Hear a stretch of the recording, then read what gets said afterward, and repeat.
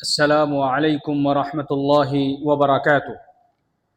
آج کے خطبے کا عنوان ہے نبوت کی معجزاتی نشانیاں۔ الحمدللہ والصلاۃ والسلام علی رسول اللہ، اما بعد، تمام تعریفیں اللہ کے لیے ہیں۔ ہم اس کی تعریف بیان کرتے ہیں، اسی سے مدد مانگتے ہیں، اسی سے اپنے گناہوں کی مغفرت طلب کرتے ہیں اور اسی کی طرف توبہ کرتے ہیں۔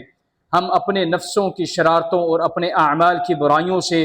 اللہ کی پناہ مانگتے ہیں۔ جسے اللہ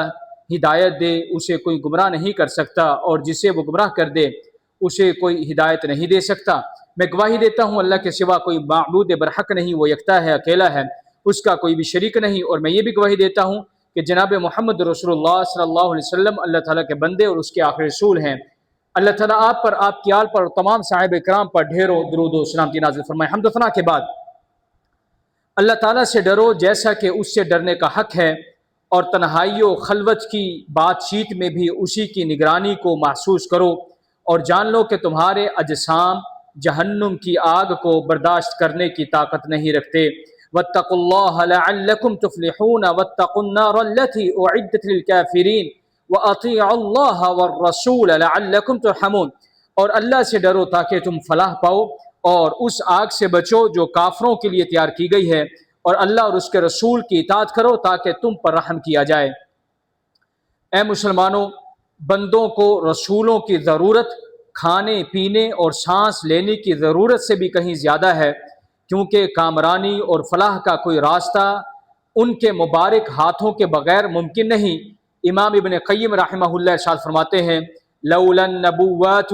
لم يكن في العالم علم نافع ولا عمل صالح ولا صلاح في معيشة ولا قوام لمملكة ولكان الناس بمنزلة البهائم والسباع العادية والكلاب الضارية فالحاجة إلى الرسل ضرورية بل هي في أعلى مراتب الضرورة وليست نظيرا لحاجتهم إلى الحياة بل هي اعظم من ذلك۔ امام ابن قیم رحمہ اللہ فرماتے ہیں، اگر نبوتیں نہ ہوتی تو دنیا میں نہ کوئی نافع علم ہوتا،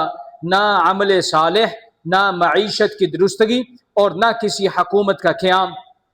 لوگ چوپایوں، درندہ جانوروں اور پھاڑ کھانے والے کتوں کی مانند ہوتے، لہذا رسولوں کی حاجت ایک شدید ضرورت ہے، بلکہ یہ ضرورت کے اعلیٰ ترین درجے پر ہے، اور یہ عام زندگی کی حاجت کی مانند نہیں بلکہ اس سے بھی کہیں بڑھ کر ہے۔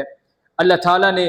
رسولوں کو روشن اور واضح معجزات کے ساتھ ممتاز فرمایا تاکہ بندوں پر یہ ظاہر ہو جائے کہ وہ اپنی خبروں میں سچے ہیں۔ آپ صلی اللہ علیہ وسلم نے ارشاد فرمایا، ما من الانبیاء نبی الا اعطی ما مثلہ آمن علیہ البشر۔ انبیاء میں سے کوئی نبی ایسا نہیں گزرا مگر اسے ایسی نشانیاں، معجزے دیے گئے جن پر انسان ایمان لائیں۔ محمد صلی اللہ علیہ وسلم تمام انبیاء و مرسلین کے خاتم ہیں۔ اللہ نے آپ کو تمام انسانوں کے لیے مبعوث فرمایا، اور ہمارے نبی محمد صلی اللہ علیہ وسلم کے لیے تمام تر عظیم آیات اور کثیر معجزات کو جمع فرمایا۔ شیخ الاسلام امام ابن تیمیہ رحمہ اللہ فرماتے ہیں،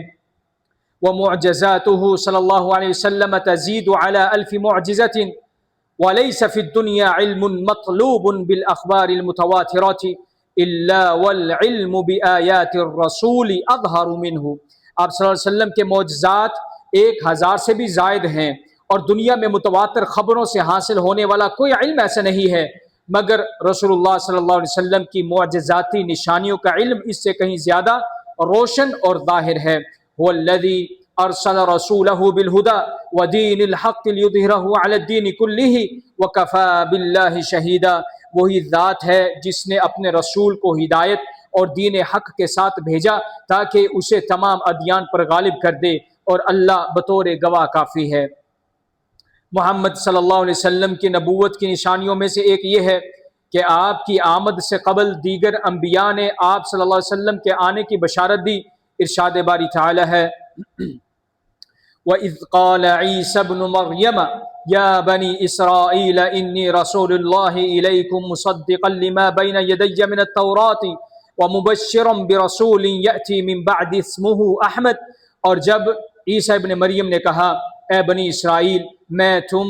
میں تم تک اللہ کا رسول ہوں، تصدیق کرنے والا ہوں اس تورات کی جو مجھ سے پہلے تھی، اور ایک رسول کی بشارت دینے والا آیا ہوں جو میرے بعد آئے گا جس کا نام احمد ہوگا۔ آپ صلی اللہ علیہ وسلم کی نبوت کے دلائل میں سے ایک یہ بھی ہے کہ اللہ نے آپ کو گزشتہ واقعات اور آئندہ کے غیب کی مفصل خبریں عطا فرمائیں جن کا علم اللہ جل شانہ کی تعلیم کے بغیر کسی کے پاس ممکن نہ تھا۔ تلک من انباء الغیب نوحیها الیک ما كنت تعلمها انت ولا قومك من قبل هذا، یہ غیب کی خبروں میں سے ہیں جنہیں ہم آپ کی طرف وحی کرتے ہیں، اس سے پہلے نہ آپ ان کے بارے میں جانتے تھے اور نہ ہی آپ کی قوم۔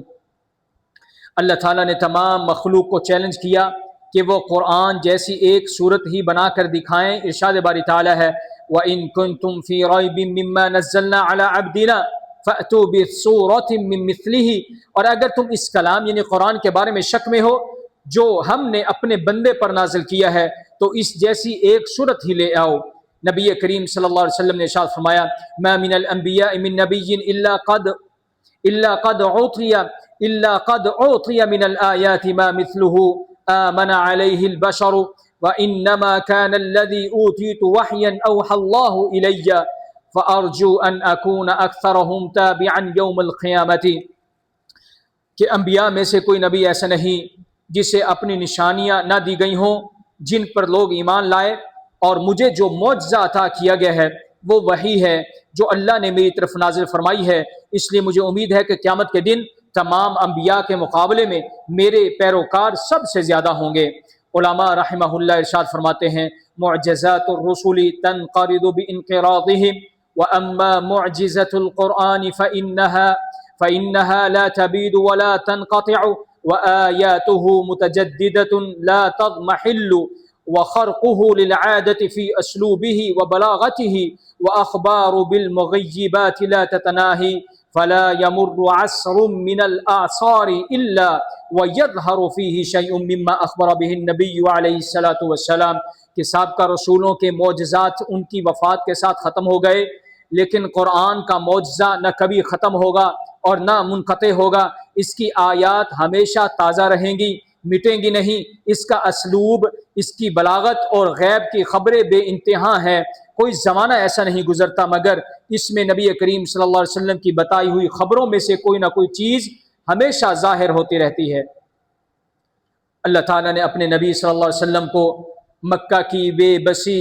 اور استضعاف کی حالت میں کفار کی شکست کی بشارت دی تھی۔ ارشاد فرمایا سَيُهْزَمُ الْجَمْعُ وَيُوَلُّونَ الدُّبُرَ، عن قریب یہ لشکر یعنی مکہ کے مشرکین شکست کھائیں گے اور پیٹ پھیر کر یہ بھاگ جائیں گے۔ پھر سالہ سال بعد اس کی تصدیق ظاہر ہوئی جب آپ صلی اللہ علیہ وسلم نے غزوہ بدر سے قبل ہی مسلمانوں کو قریش کے کافروں کے گرنے اور مارے جانے کی جگہ دکھائیں۔ سیدنا عمر بن خطاب عمر فاروق رضی اللہ عنہ فرماتے ہیں ان رسول اللہ صلی اللہ علیہ وسلم كان يرينا مصارع أهل بدر وهي الأماكن التي سيقتلون فيها يقول هذا مصرع فلان غدا إن شاء الله فوالذي بعثه بالحق ما أخطأ الحدود التي حد رسول الله صلی اللہ علیہ وسلم۔ حضرت عمر فاروق فرماتے ہیں کہ رسول اللہ صلی اللہ علیہ وسلم نے جنگ بدر کے دن سے پہلے ہی ہمیں اہل بدر کی قتل گاہیں دکھا رہے تھے اور فرما رہے تھے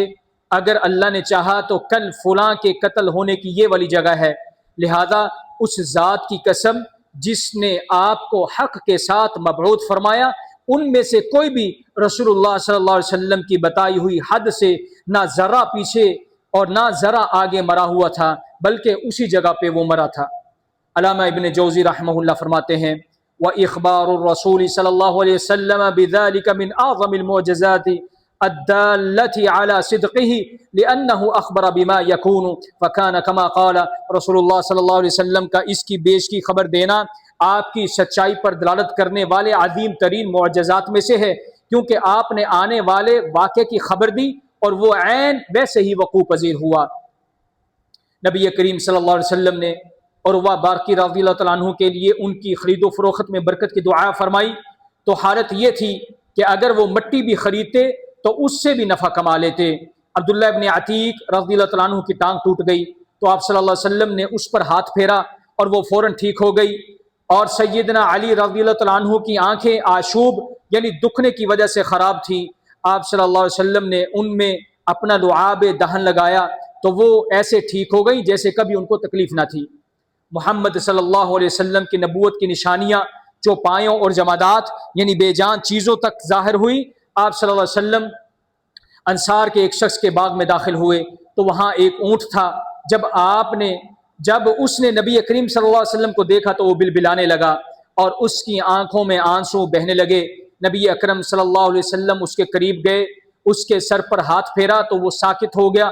آپ صلی اللہ علیہ وسلم نے فرمایا لمن ھذا الجمل، یہ اونٹ کس کا ہے؟ انصار کا ایک نوجوان آیا اور کہنے لگا اے اللہ کے رسول یہ اونٹ میرا ہے۔ آپ صلی اللہ علیہ وسلم نے ارشاد فرمایا افلا تتقی اللہ فی هذه البہیمۃ التي ملکک اللہ ایاھا فإنه شکا الی انک تجیعہ وتدعبہ، کیا تم اس بے جان جانور کے بارے میں اللہ سے خوف اور ڈرتے نہیں ہو جس کا اللہ نے تمہیں مالک بنایا ہے؟ اس نے مجھ سے یہ شکایت کی ہے کہ تم اسے بھوکا رکھتے ہو اور اس سے حد سے زیادہ کام لے کر اسے تھکا دیتے ہو۔ نبوت محمدی کی نشانیوں میں سے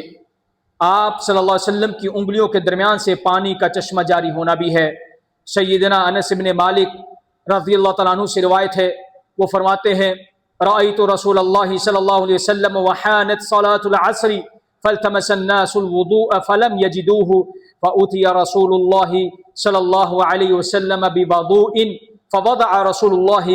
يده في ذلك الإناء فأمر الناس أن يتوضؤوا منه فرأيت الماء ينبع من تحت أصابعه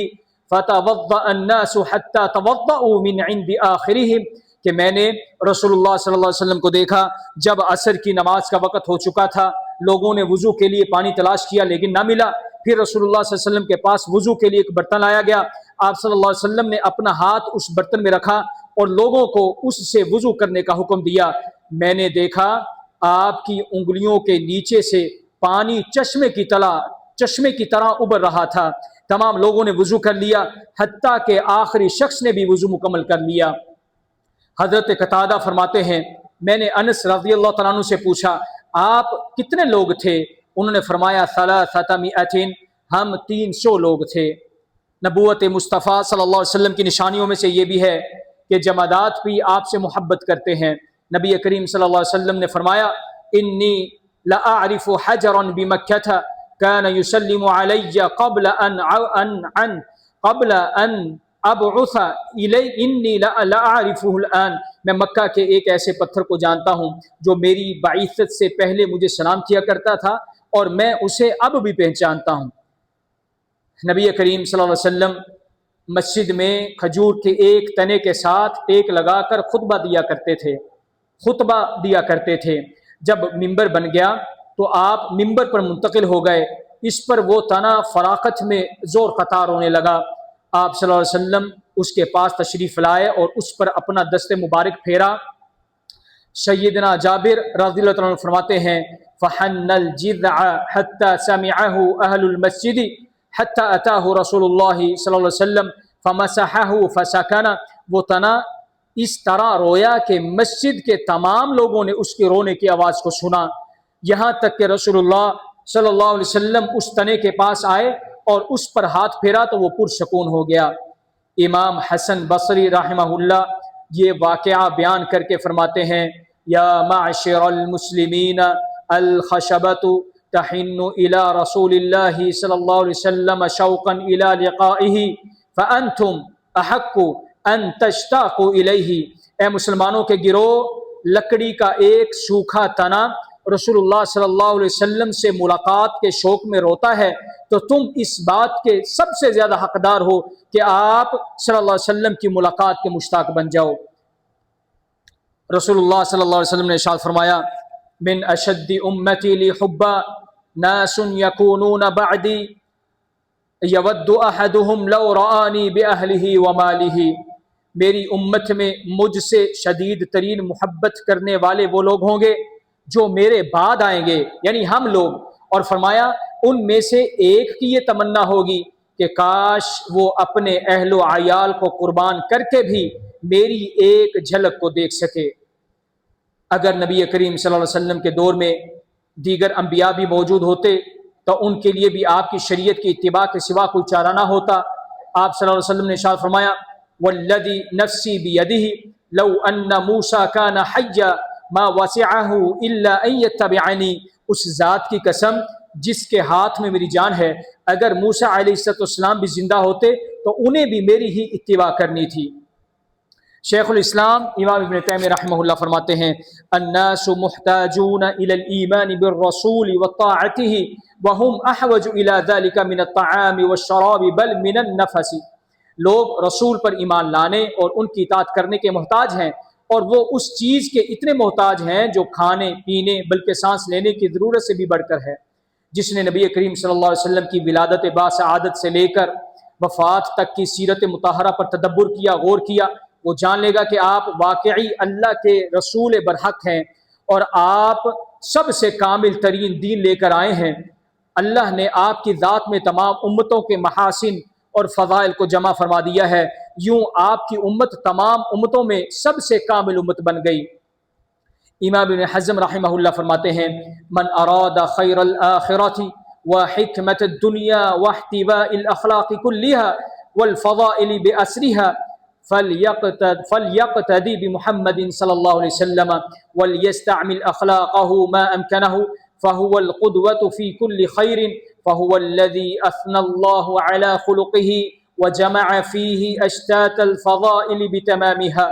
کہ جو شخص آخرت کی خیر، دنیا کی حکمت، تمام تر اخلاق حمیدہ اور مجموعی فضائل کو حاصل کرنا چاہتا ہے، اسے چاہیے کہ وہ محمد صلی اللہ علیہ وسلم کی اقتداء کرے اور حتی الامکان آپ کے اخلاق کو اپنائے، کیونکہ آپ ہر خیر میں بہترین نمونہ ہیں۔ یہی وہ ذات ہے جن کے اخلاق کی تعریف خود اللہ نے فرمائی اور تمام تر بکھرے ہوئے فضائل کو آپ صلی اللہ علیہ وسلم کی ذات میں مکمل طور پر جمع فرما دیا۔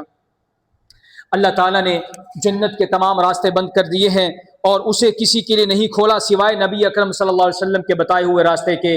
آپ صلی اللہ علیہ وسلم نے ارشاد فرمایا کل امتی یدخلون الجنت الا من ابا، میری تمام امت جنت میں داخل ہوگی سوائے اس شخص کے جس نے انکار کیا۔ صحابہ نے عرض کیا یا رسول اللہ ومن ابا، اے اللہ کے رسول انکار کرنے والا بھلا کون ہے؟ آپ نے فرمایا من اطاعنی دخل الجنت ومن عصانی فقد ابا، جس نے میری اطاعت کی وہ جنت میں داخل ہوگا اور جس نے میری نافرمانی کی اس نے جنت میں جانے سے خود انکار کر دیا۔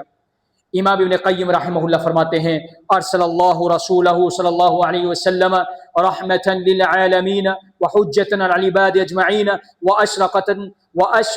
برسالته صلی اللہ علیہ وسلم الارض بعد ظلماتها وتألفت به القلوب بعد شتاتها وسارت دعوته مسير الشمس الى في الاقطار وبلغ دينه ما ابلغ الليل والنهار۔ اللہ تعالیٰ نے اپنے رسول صلی اللہ علیہ وسلم کو تمام جہانوں کے لیے رحمت اور تمام بندوں پر حجت بنا کر مبعوث فرمایا۔ آپ کی رسالت سے زمین تاریکیوں کے بعد جگمگا اٹھی اور دل بکھرنے کے بعد باہم جڑ گئے۔ آپ کی دعوت دنیا کے تمام خطوں میں سورج کی طرح پھیل گئی اور آپ کا دین وہاں تک پہنچا جہاں تک رات اور دن کی رسائی ہے۔ والذی ارسل رسولہ بالہدی ودین الحق لیظہرہ علی الدین کلہ وکفی باللہ شہیدا، وہی ذات ہے جس نے اپنے رسول کو ہدایت اور دین حق کے ساتھ بھیجا تاکہ اسے تمام ادیان پر غالب کر سکے، اور اللہ بطور گواہی کافی ہے۔ اے اللہ اسلام اور مسلمانوں کو عزت عطا فرما اور شرک اور مشرکین کو ذلت نصیب فرما۔ اے اللہ اپنے خلفائے راشدین ہدایت یافتہ اماموں یعنی ابو بکر، عمر، عثمان، علی رضوان اللہ اجمعین سے راضی ہو جا، اور باقی بھی تمام صحابہ کرام، تابعین اور ان کے نیک پیروی کرنے والوں سے قیامت تک تو راضی ہو جا۔ اے اللہ غم زدوں کی غمخوری فرما اور مصیبت زدوں کی مشکلات کو دور فرما۔ اے اللہ ہمارے وطنوں کو امن کا گہوارہ بنا اور ہمارے ائمہ اور حکمرانوں کو درست راہ دکھا، اور ہمارے حکمران اور ان کے ولی عہد کو اپنی پسندیدہ اور رضا کی راہ پر چلنے کی توفیق عطا فرما اور ان کی رہنمائی تقوی اور نیکی کی طرف فرما۔ اے اللہ تو ہی اللہ ہے، تیرے سوا کوئی معبود نہیں، تو غنی ہے، ہم فقیر ہیں، ہم پر بارش نازل فرما اور ہمیں مایوس لوگوں میں سے نہ بنا۔ اے اللہ ہم تجھ سے بخشش مانگتے ہیں، بے شک تو بڑا بخشنے والا ہے، تو ہم پر آسمان سے موسلادھار بارش نازل فرما۔ اے اللہ کے بندو، ان اللہ یأمر بالعدل والإحسان وإیتاء ذی القربى وینہا عن الفحشاء والمنکر والبغی یعظکم لعلکم تذکرون، بے شک اللہ انصاف کا، احسان کا اور قرابت داروں کو دینے کا حکم دیتا ہے، اور بے حیائی، برائی اور ظلم سے منع کرتا ہے، وہ تمہیں نصیحت کرتا ہے تاکہ تم نصیحت حاصل کرو۔ بس اللہ کا ذکر کرو، وہ تمہیں یاد رکھے گا، اور اس کی نعمتوں کا شکر ادا کرو، وہ تمہیں اور زیادہ دے گا۔ وَلَذِكْرُ اللَّهِ أَكْبَرُ وَاللَّهُ يَعْلَمُ مَا تَصْنَعُونَ، اور اللہ کا ذکر سب سے بڑا ذکر ہے، اور اللہ تعالیٰ جانتا ہے جو کچھ تم کرتے ہو۔